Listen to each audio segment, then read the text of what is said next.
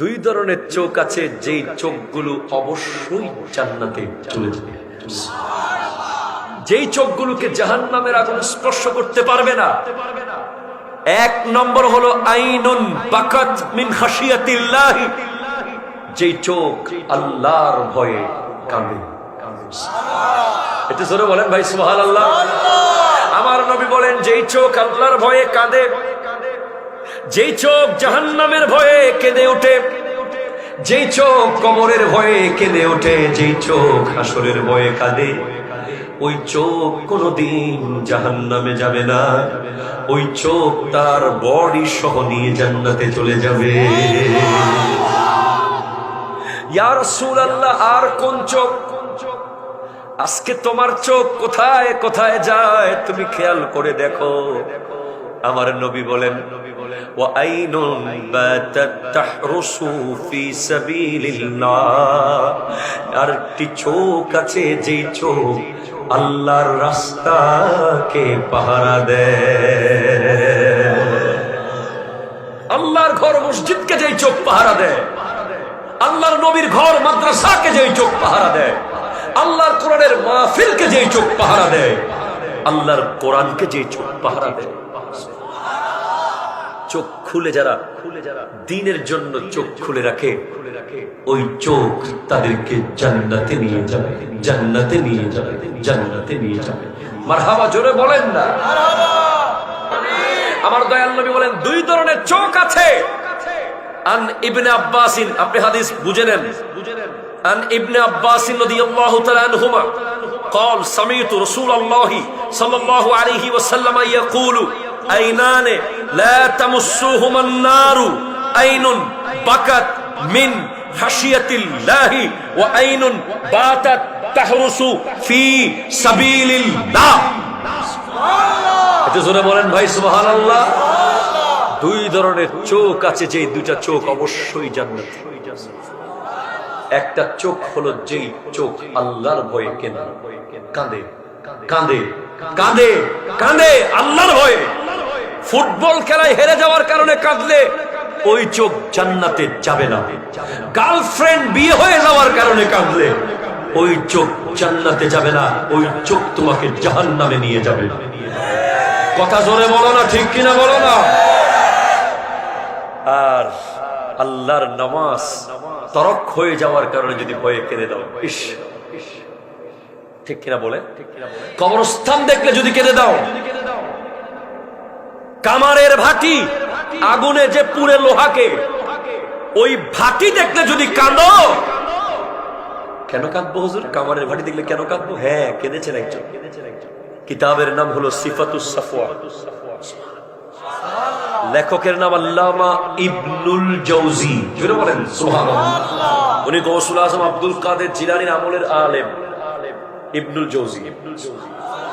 উনি লিখছেন যে আমার নবীর প্রাণপ্রিয় সাহাবাদেরকে দেখেছেন একজন ব্যক্তি যার নাম হযরতে রবি বিন হুসাইব, যিনি একজন তাবেঈ।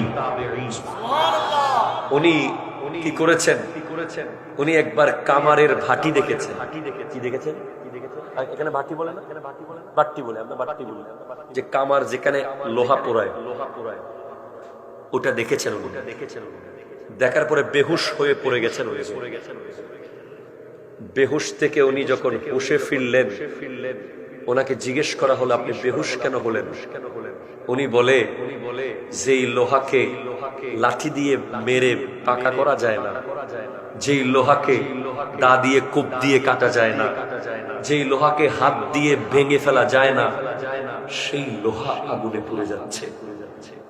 দুনিয়ার সামান্য আগুন, আর জাহান্নামের আগুনের কি অবস্থা হবে, কবরের আগুনের কি অবস্থা হবে, এই ভয়ে উনি বেহুশ হয়ে পড়ে গিয়েছেন।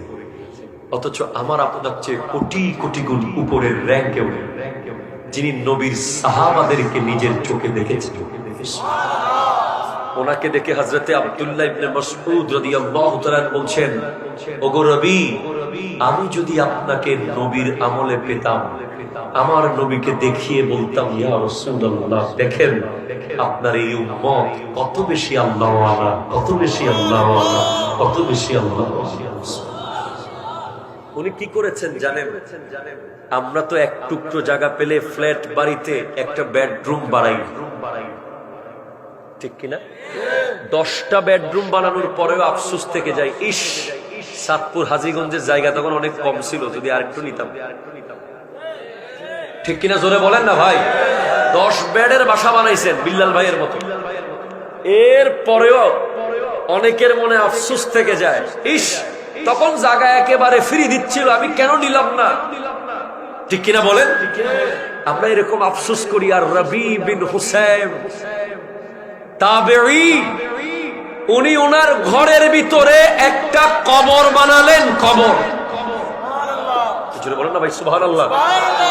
কি বানালেন? ঘরে। কোথায়? ঘরে, কবরস্থানে না, ঘরে। কেন জিজ্ঞেস করা হলো কবর কেন? উনি বলছেন তোমরা বুঝবে না।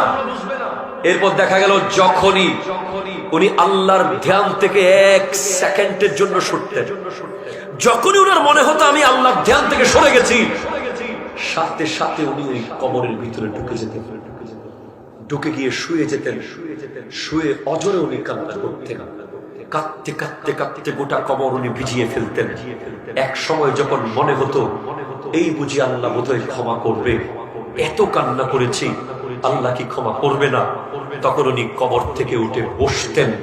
বসার পরে উনি নিজেকে নিজে বলতেন, রবি, ও রবি, তুমি আরেকবার কবর থেকে উঠার সুযোগ পেয়েছো, এবার যদি তুমি কবর থেকে উঠে তো গিয়েছো, পরের বার যদি কবরে ঢুকো আর তুমি ওঠার সুযোগ নাও পেতে পারো, তুমি শুধরে যাও, তুমি শুধরে যাও, তুমি শুধরে যাও বলে নিজেকে নিজে বলতেন।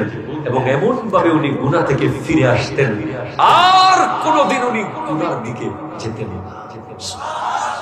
গুনাহ তো উনি করতেনই না, গুনার খেয়াল আসলে কবরে ঢুকে যেতেন, গুনার খেয়াল আসলে কবরে ঢুকে যেতেন। কেন? জাহান্নাম আছে না নাই? বলেন না আছে না নাই? আছে না নাই?